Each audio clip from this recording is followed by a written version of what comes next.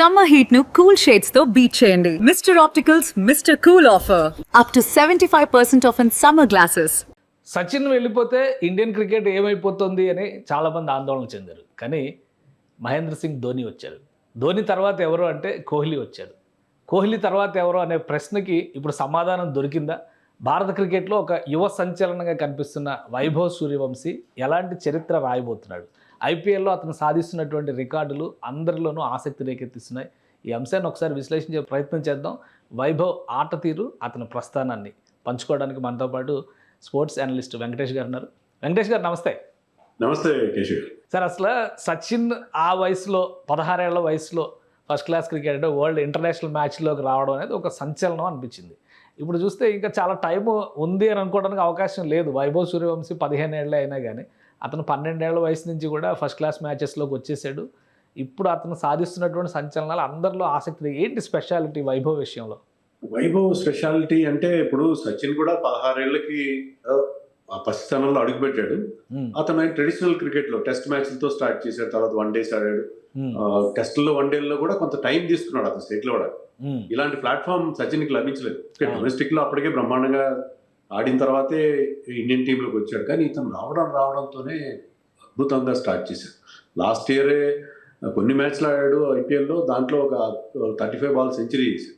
ఇంకా ఈ ఇయర్లో అయితే అసలు అందరినీ మిగతా బ్యాటర్స్ ఎవరి మీద ఇప్పుడు కాన్సన్ట్రేషన్ లేదు. Nobody talking about Kohli, nobody talking about any other player. అందరు కూడా వైభవ్ సూర్యవంశీ గురించి మాట్లాడుతున్నారు. వైభవ్ ఆడే మ్యాచ్లు చూస్తున్నారు. మిగతా మ్యాచ్ చూసినా చూడకపోయినా ఈ మ్యాచ్ మాత్రం ఖచ్చితంగా 7:30 కల్లా టీవీ మీద ఉండాలని చెప్పి they want to watch Vaibhav in action. So అలాంటి ఒక బ్రహ్మాండమైన సెన్సేషన్ ఈ సీజన్లో అతను క్రియేట్ చేశాడు. సో ఇది అంటే మనం ఒకటి దృష్టిలో పెట్టుకోవాలి ఏంటంటే, సరే అతను అండర్-19లో కూడా బ్రహ్మాండంగా ఆడాడు. మనకు అండర్-19 వరల్డ్ కప్ గెలిపించి పెట్టాడు. ఫైనల్లో ఒక సెంచరీ చేశాడు. అలాగే ఐపీఎల్లో కూడా ఆడుతున్నాడు. బట్ సీనియర్ లెవెల్లో, ఇంటర్నేషనల్ లెవెల్లో కూడా అదే రకమైన ఆట ఆడుతున్నాడు. ఆడినా కూడా సచిన్ టెండూల్కర్ అన్ని ఫార్మాట్స్లో ఆడాడు. ఇతను కేవలం T20 ఫార్మాట్లోనే ఆడతాడు. T20 టైప్ ఆఫ్ ప్లేయర్ అయినా ఇతనంటే అతని గేమ్ అంతా కూడా T20 ఫార్మాట్ మీద డిజైన్ చేసుకున్నాడు. సిక్స్లు కొట్టడం, 6 హీటింగ్ మెషిన్ గా ఉన్నాడు. సో అతని దగ్గర సాలిడ్ డిఫెన్స్ ఉందా? టెస్ట్ మ్యాచ్ లో రెడ్ బాల్ క్రికెట్ ఆడగలుగుతాడా? లేకపోతే వన్ డేస్ లో కూడా ఇదే రకంగా ఆడతాడా? ఇవన్నీ కూడా మనకి తెలియాల్సి ఉంది. అంతవరకు మనం ఇతన్ని కోహ్లీతో కానీ సచిన్తో కానీ కంపేర్ చేయడానికి లేదు.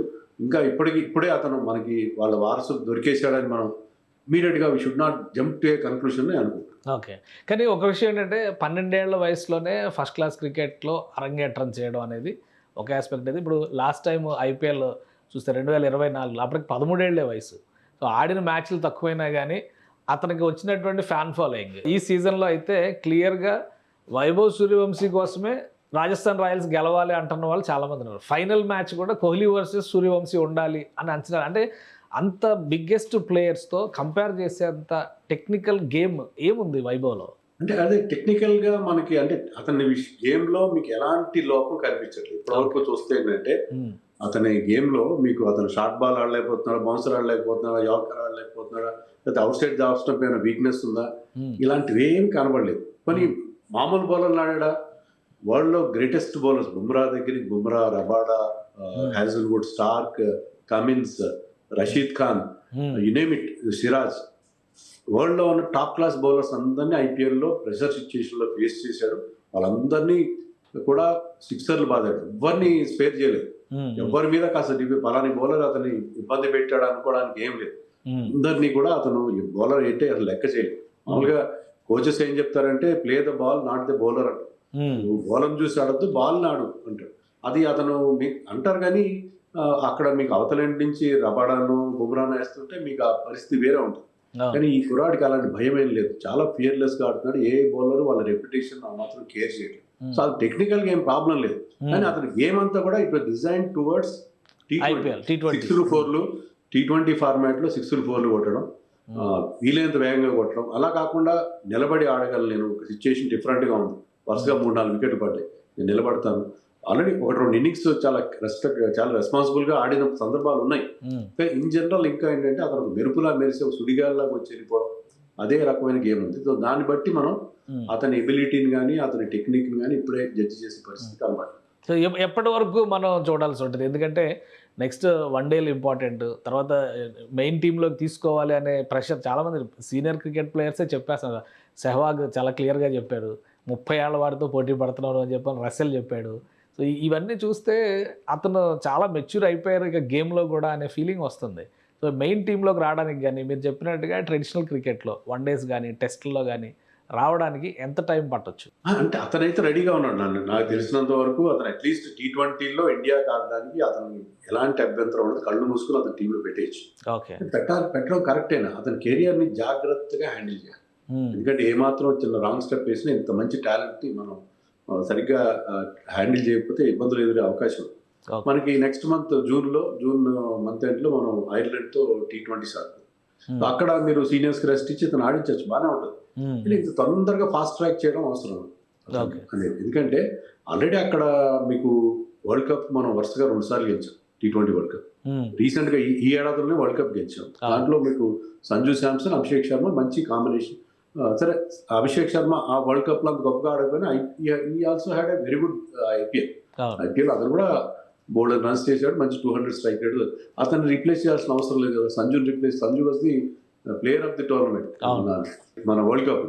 సో వాళ్ళిద్దరూ ఉండగా, ఇషాన్ కిషన్ బ్యాకప్ గా ఉండగా మనం ఇంకో కొత్త ఓపెనర్ ఎందుకు పిక్చర్ లో తేవాలి? నెక్స్ట్ వరల్డ్ కప్ మనకి T20 వరల్డ్ కప్ 2 ఏళ్ల తర్వాత ఉంది, ఒలింపిక్స్. కానీ అప్పటికి రెడీ చేయాలంటే మీరు కొంత టైం తీసుకుని అతన్ని డొమెస్టిక్ లో డక్కా ముక్కి తినేవారు. డొమెస్టిక్ క్రికెట్ ఆడాడు, ఫస్ట్ క్లాస్ క్రికెట్ లో అతని రికార్డ్ ఏం బాగలేదు. అతను ఇప్పటివరకు 8 మ్యాచ్లు ఆడాడు, యావరేజ్ 17 ఉంది, ఒకే ఒక 50 ఉంది, అది కూడా మేఘాలయ మీద ఉంది. సో ఇలాంటి సిచ్యుయేషన్లో అతను రెడ్ బాల్ క్రికెట్ ఆడి డొమెస్టిక్ క్రికెట్లో కష్టపడి చెమట వచ్చి డిఫరెంట్ బౌలర్స్ని స్పిన్ ఎలా ఆడతాడో మనకి ఐపీఎల్లో తెలియదు. ఎందుకంటే అతను ఫస్ట్ పవర్ ప్లే ఆడట్లేదు, స్పిన్ కూడా బాగా ఆడతాడు. అతనికి ఎలాంటి వీక్నెస్ కనపడలేదు. సో అన్ని రకాల సిచ్యుయేషన్స్ చూసిన తర్వాత అతని కెరియర్ని ప్రాపర్గా ప్లాన్ చేసి ఎంటర్ చేయాలి. ఎందుకంటే చిన్న కుర్రాడు అతను, ఇంటర్నేషనల్ క్రికెట్ అడుగుపోయి అక్కడ ఫెయిల్యూర్ ఎదురైతే అతను తట్టుకుంటాడా? ఇప్పటికే అతని మీద విపరీతమైన ప్రెషర్ ఉంది, విపరీతమైన అటెన్షన్ ఉంది అతని. ఇంత చిన్న పిల్లాడికి అంత అటెన్షన్ అవసరమా? అది మీరు సచిన్తో మనం పోలుస్తున్నాం జనరల్గా. వెన్ సచిన్ ఎంటర్డ్ ఇన్ 1989, అప్పుడు ఇంత మనీ లేదు గేమ్లో, మనీ లేదు, ఇంత అటెన్షన్ లేదు, మీడియా అప్పుడు ఇంటర్నెట్ కూడా లేదు. అలాంటప్పుడు ఇంటర్నెట్ ఉంది కానీ అది అంత ప్రాచుర్యంలో లేదు. ఇంటర్నెట్ కామన్ మ్యాన్ కి అందుబాటులో లేదు. సో అలాంటి సిచ్యువేషన్లో మనకు ఆ మొబైల్ ఫోన్ లేదు అప్పుడు. అప్పుడున్న దానికి ఇప్పుడున్న సోషల్ మీడియా జమానాకి చాలా డిఫరెన్స్. సో ఇతను ఈ మనీ కూడా, ఇంత money, attention, name and fame ఇవన్నీ హ్యాండిల్ చేయడానికి అతని లైఫ్ స్టైల్ మేనేజ్మెంట్ ప్రాపర్గా చేస్తేనే ఇంత మంచి టాలెంట్, ఇంత ఫినామినల్ టాలెంట్ని మనం ప్రాపర్గా హ్యాండిల్ చేయడం అవుతుంది. అలా కాకుండా తొందరపడి అర్జెంట్గా అతన్ని ఇంటర్నేషనల్ క్రికెట్లోకి ఫాస్ట్ ట్రాక్ చేయడం నాకైతే కరెక్ట్ కాదేమో అని అనిపిస్తుంది. చాలామంది పేరెంట్స్ పిల్లలకి ఇప్పుడు ఒక ఇన్స్పిరేషన్లా చూపిస్తున్నారు వైభవ్ సూర్యవంశీని. 15 ఏళ్ళు 10th క్లాస్ ఎగ్జామ్స్ రాసేటప్పుడు నువ్వు ఇలా ఉన్నావు, అక్కడ వైభవ్ చూడు ఏం చేస్తున్నాడు అంటున్నారు.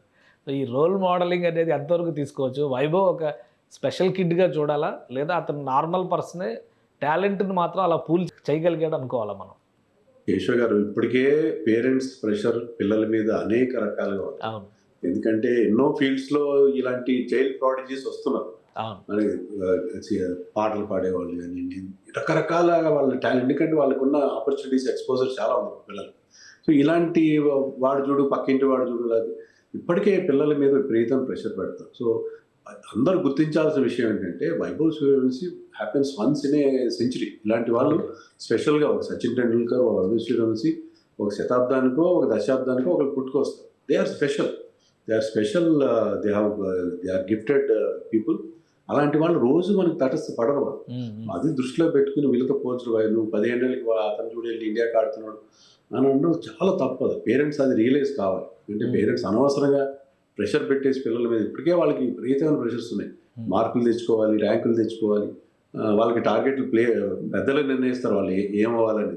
ఇవన్నీ ఉన్నాయి కాబట్టి వైభవ్ సూర్యవంశీ విషయంలో అతను చాలా స్పెషల్గా, చాలా ఫినామినల్ టాలెంట్ అతను అనే విషయాన్ని పేరెంట్స్ అందరూ గుర్తుపెట్టుకోవాల్సిన అవసరం ఖచ్చితంగా. రైట్. ఈ ఐపీఎల్ తర్వాత వైభవ్ లెవెల్ ఒక స్టెప్ పైకి వెళ్తుంది, మారుతుంది అని అనుకోవచ్చా? ఫైనల్ ఎవరు వెళ్తారు, లేదా ఈ మ్యాచ్ ఏంటి, ఇవన్నీ పక్కన పెట్టి చూస్తే, బట్ ఆల్రెడీ అతను చాలా ప్రూవ్ చేసుకున్నాడు. స్టార్స్ అనుకున్న వాళ్ళందరూ చివరికి పాకిస్తాన్ వాళ్ళు కూడా వాళ్ళు పోల్చుకుంటున్నారు, మరో అఫ్రీది అంటున్నారు వాళ్ళు. దాని మీద కూడా విమర్శలు వస్తున్నాయి. సో ప్రతి దేశం కూడా వైభవ్ సూర్యవంశీ గురించి ఆలోచించేలా చేయగలిగారు. నెక్స్ట్ లెవెల్కి వెళ్తుంది ఇక అతని కెరియర్ కానీ అతని క్రికెటింగ్ లైఫ్ కానీ అనుకోవచ్చా? డెఫినెట్గా లేదు. అదే అతని కెరీర్ నెక్స్ట్ లెవెల్కి వెళ్ళిపోయింది.